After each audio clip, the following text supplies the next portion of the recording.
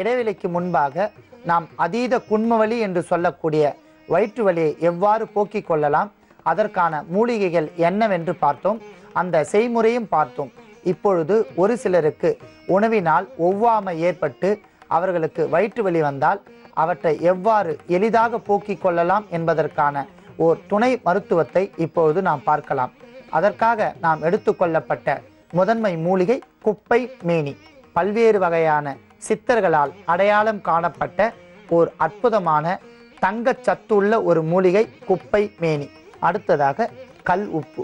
மிகுந்த சுவையையும் நா வறட்சியும் கட்டுக்குள் கொண்டு வந்து பல்வேறு வகை நோய்களை வரக்கூடாத அளவிற்கு ஒரு கிருமி நாசினியாக செயல்படக்கூடிய அற்புதமான ஒரு பொருள் உப்பு. இவை இரண்டையும் கொண்டு நாம் அற்புதமான ஒரு மருத்துவத்தை செய்ய போகின்றோம். என்னவென்றால் குப்பை மேனி பொடி. அதற்காக முதலில் நாம் வெறும் வாணலில் எண்ணெய் விடாமல் வெறும் வாணலில் குப்பை மேனி இலைகளை 10 கிராம் அளவிற்கு இட்டு வதக்க வேண்டும்.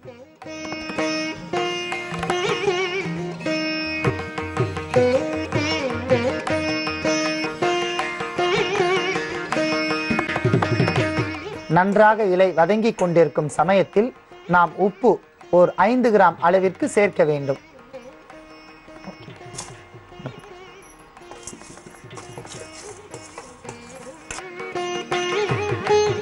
நன்றாக உப்பு வறுக்க வேண்டும். இலை தீயும் வண்ணம் அதை நாம் நன்றாக வறுக்க வேண்டும். காயும் அளவிற்கு இரண்டையும் வறுத்து தனியாக எடுத்துக்கொள்ளலாம். உப்பு நன்றாக வறுத்து விட்டது. ஆகையால் தான் வறுத்த உப்பை நாம் பயன்படுத்த வேண்டும் என்று சித்தர்கள் கூறுகிறார்கள். ஏனென்றால் வறுத்த உப்பிற்கு மிகுந்த நற்பலன்கள் உண்டு என்பதால் வறுத்த உப்பையும் பச்சையாக நாம் போட்ட குப்பை மேனியிலையும் நன்றாக கருத்து வறுத்து விட்டது. இவை இரண்டையும் சேர்த்து ஓர் 2 கிராம் அளவிற்கு நன்றாக சுருட்டி